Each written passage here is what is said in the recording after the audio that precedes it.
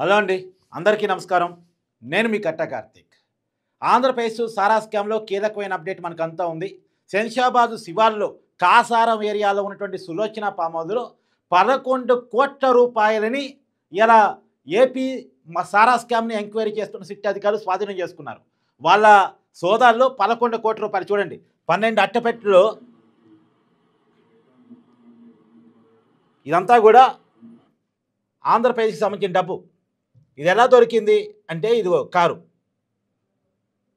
ఇప్పుడు ఇక 12 పెట్టెలు మా సిట్ అధికారులు వీటిని స్వాధీనం చేసుకున్నారు. మొత్తం 11 కోట్ల రూపాయలు. వరుణ్ పురుషోత్తం అని చెప్పేసి ఈ ఆంధ్రప్రదేశ్ సారా స్కామ్లో ఏ పార్టీగా ఉన్న వ్యక్తి ఇచ్చిన వాంగ్మూలం ఆధారంగా, అతను ఇచ్చిన సమాచారం ఆధారంగా ఈ డబ్బును పట్టుకున్నారు. ఇది రాజు కసిరెడ్డి భద్రపరిచయం అంటే గత జూన్ జూలైలో ఇక్కడ ఈ ఫామ్ హౌస్లో భద్రపరిచారంటే ఎక్కడికి తరలించడానికి అవకాశం లేక ప్రభుత్వం మారింది కదా. ఇక్కడేమో రేవంత్ రెడ్డి ప్రభుత్వం, కోఆపరేట్ చేసే కేసీఆర్ ప్రభుత్వం కాదు, అక్కడేమో కూటమి ప్రభుత్వం అధికారంలోకి వచ్చింది. కాబట్టి డబ్బును ఎలా తరలించారో ఎక్కడికి తరలించారో తెలియక ఒక సులోచన ఫామ్ హౌస్, ఇది తీగల బార్రెడ్డి దట్ ఈ ఫామ్ హౌస్ వర్ధమాన్ కాలేజీకి ఆపోజిట్గా ఉంటుందట, దగ్గరలో ఉంటుందట ఈ ఫామ్ హౌస్. ఈ సులోచన ఫామ్ హౌస్లో ఈ 11 కోట్ల రూపాయలు దాచారు. తీగల బార్రెడ్డికి సంబంధించినటువంటి సులోచన ఫామ్ హౌస్ శంషాబాద్ శివారు కాసారం పరిధిలో ఉండేటువంటి ఈ ఫామ్ హౌస్లో 11 కోట్ల రూపాయలని ఈరోజు పట్టుకున్నారు. ఇన్నాళ్ళు వైసీపీ నాయకులు ఏం మాట్లాడుతూ వచ్చారు? 3,500 కోట్ల కుంభకోణం అన్నారు, డబ్బుల డెన్నులు అన్నారు, ఫిజికల్గా 1 రూపాయి అయినా మీరు చూపించారా అన్నారు. కానీ ఒక డెన్ చూపించారు. దాదాపుగా డబ్బంతా వైసీపీ హయాంలోనే ఖర్చు పెట్టేశారు. రియల్ ఎస్టేట్లో ఖర్చు పెట్టారు, సినిమాల్లో ఖర్చు పెట్టారు, కంపెనీలు పెట్టేశారు, సూట్ కేసు కంపెనీలు పెట్టారు, విదేశాల్లో తరలించారు. ఇది మనం రోజు సిట్ అధికారుల నుంచి వింటా ఉన్నాం. కానీ ఇంకా డబ్బు ఉంది. ఆ డబ్బులో ఒక 11 కోట్ల రూపాయలు ఒక ఫామ్ హౌస్లో దాస్తే దాన్ని ఏ పార్టీగా ఉన్నటువంటి వ్యక్తి వాంగ్మూలం ఇస్తే ఇదిగో పట్టుకొని చూపించారు. అంటే ఎవిడెంట్గా దొరికిపోయింది. ఇక లిక్కర్ స్కామ్లో దొంగలు అడ్డంగా దొరికిపోయినట్టే లెక్క. రాజు కసిరెడ్డి సూచనల మేరకు రాజు కసిరెడ్డి, చాణుక్య, ఈ వరుణ్ పురుషోత్తం, వినయ్ అనేటువంటి వ్యక్తి సహకారంతో ఈ ఫామ్ హౌస్లో డబ్బులు దాచారంట.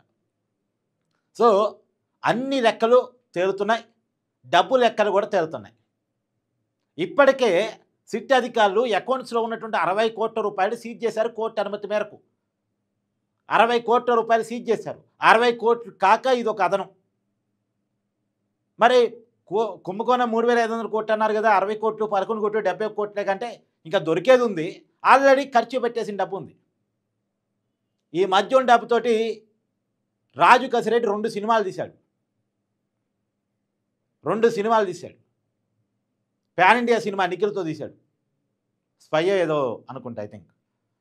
అలా ఇది నేను సొంతంగా ఇస్తున్న ఇన్ఫర్మేషన్ కాదు. సిట్ అధికారులు వాళ్ళు కనుక్కున్న మేరకు మీడియాకు తెలిసిన సమాచారాన్ని నేను మీకు చెప్తా ఉన్నాను. కానీ ఏది ఏమైనా ఆంధ్రప్రదేశ్లో జనాన్ని చంపి సంపాదించిన డబ్బు ఇది. ఆంధ్రప్రదేశ్లో ప్రజల చేత విషాన్ని తాపించేసి సంపాదించిన డబ్బు అది.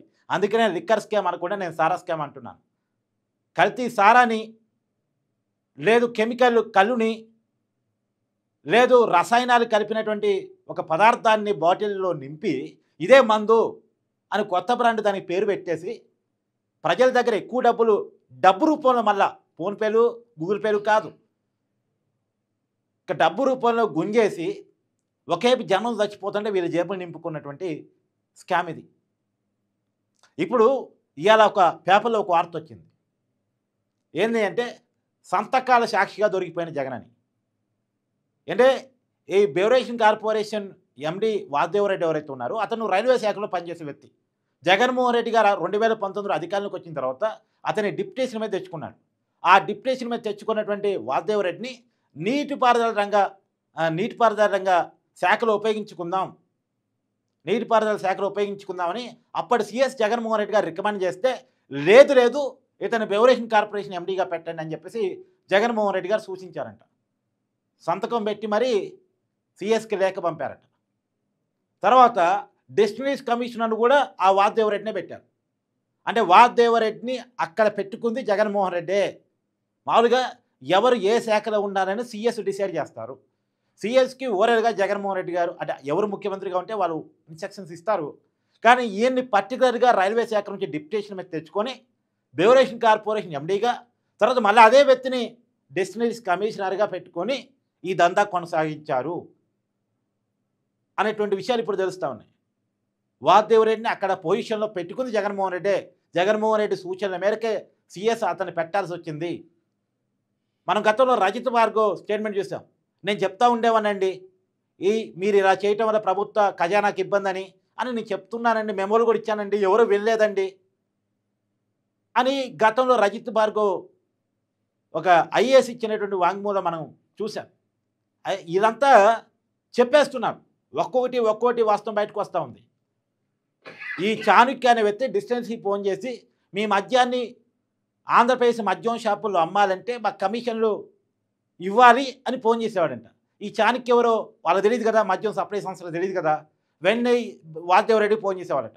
మాకు చాణుక్య అని ఒకరు ఫోన్ చేశారండి, నేను జగన్మోహన్ రెడ్డి మనిషి అని చెప్తున్నారు, డబ్బులు అడుగుతున్నారు అంటే, అవునండి ఆయన జగన్మోహన్ రెడ్డి మనిషే, ఆయన అడిగినంత ఇచ్చేయండి, ఆయన అడిగినంత ఇస్తేనే మీ మద్యం ఆంధ్రప్రదేశ్ మద్యం షాపుల్లో అమ్మబడిద్ది అని చెప్పేవాడంట ఆయన. ఏంటి చాణుక్యకి డబ్బులు ఇచ్చేవాళ్ళు. ఆ చాణుక్యకి ఇచ్చిన డబ్బే ఇదంతా, అంటే ఆ డబ్బులోదే ఇదంతా. రాజు కసిరెడ్డి, చాణుక్య, పురుషోత్తం, వరుణ్ పురుషోత్తం, ఇదంతా ఒక టీము. వీళ్ళు వినయ్ అనేటువంటి వ్యక్తి సహకారంతో ఈ పాముదులు డబ్బులు పెట్టారంటే ఎటు సప్లై చేయాలో అర్థం కాక. మామూలుగా అయితే జగన్మోహన్ రెడ్డి మళ్ళీ అధికారంలోకి వస్తే ఈ డబ్బు ఎటో కటు పోయేది.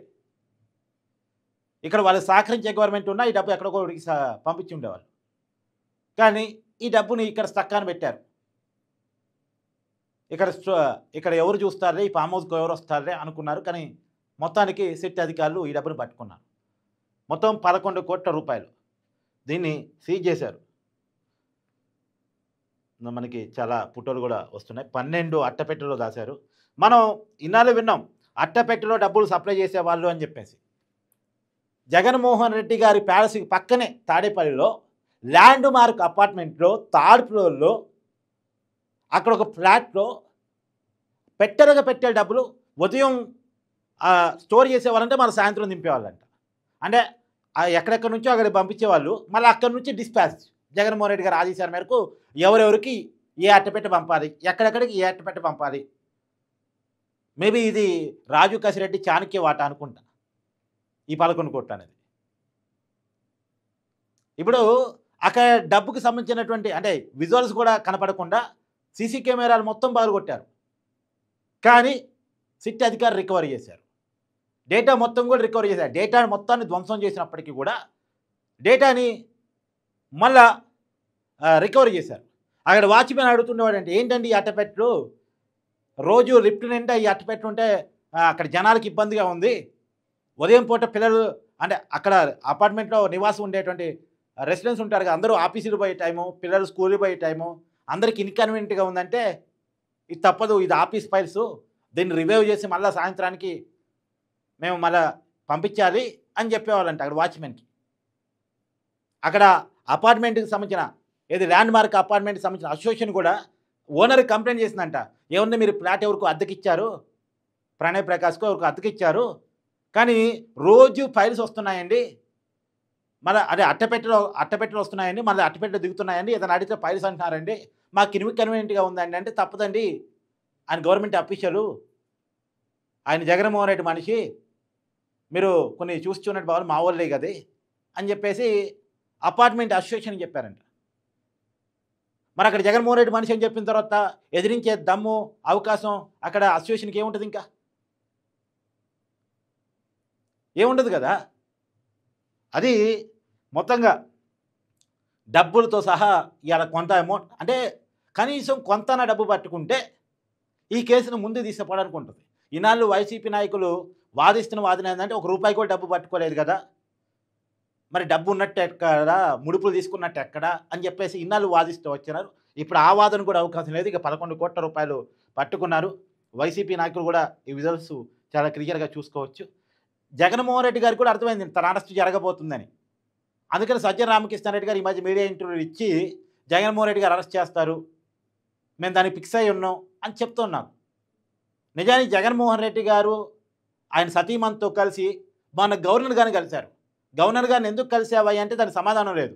వాళ్ళ పార్టీ మీడియాలో మాత్రం అంటే యువత టీడీపీ వాళ్ళు ప్రశ్నలు లేవనెత్తిన తర్వాత ఇక తప్పదు ఏదో ఒక సమాధానం చెప్పాలి కాబట్టి ఆయన ఆరోగ్యం బాలేదు కాబట్టి పలకరించడానికి పోయాం, పరామర్శించడానికి పోయాం, మర్యాదపూర్వక భేటీ ఇలా చెప్పారు.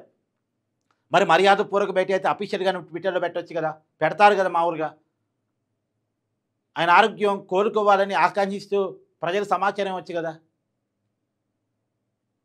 ప్రజా జీవితంలో అంత ఓపెన్‌గా ఉన్నారు. సీక్రెసీ ఎందుకు? ఎందుకంటే రేపు జగన్మోహన్ రెడ్డి గారి మీద ఎంక్వైరీ చేయాలన్నా, జగన్మోహన్ రెడ్డి గారిని అరెస్ట్ చేయాలన్నా, జగన్మోహన్ రెడ్డి గారి మీద కేసు నమోదు చేయాలన్నా గవర్నర్ గారి అనుమతి కూడా తీసుకుంటారు 17A నిబంధన కింద.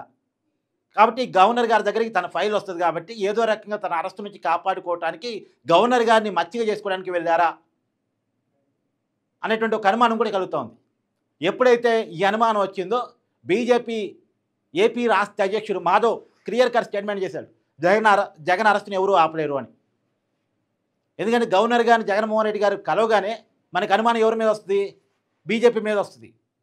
ఎందుకంటే గవర్నర్ కేంద్ర ప్రభుత్వానికి సంబంధించిన వ్యక్తి. రాజ్యాంగబద్ధ పోస్టు, రాష్ట్రానికి ప్రథమ పౌరుడు పక్కన పెడితే అతన్ని రాష్ట్రంలో నియమించేది కేంద్రం. కేంద్ర హోంశాఖ అతను నియమిస్తుంది కాబట్టి కేంద్రానికి రిపోర్ట్ చేస్తూ ఉంటారు కాబట్టి ఆయన సహజంగా కేంద్రం మీద, కేంద్రంలో అధికారంలో ఉన్న బీజేపీ మీద కొన్ని అనుమానాలు వస్తున్నాయి. మళ్ళా జగన్మోహన్ రెడ్డి కాపాడే ప్రయత్నం జరుగుతుందా అని. అందుకనే ఆ అనుమానం రాకూడదని నిన్న ఏపీ బీజేపీ రాష్ట్ర అధ్యక్షుడు మాధవ్ క్లియర్ స్టేట్మెంట్ ఇచ్చాడు. జగన్ అరెస్టుని ఎవరూ ఆపలేరు అని. సో ఇన్ని ఆధారాలు మనకు కనబడుతున్నప్పుడు మరి జగన్మోహన్ రెడ్డి అరెస్ట్ చేస్తారా, చేయరా?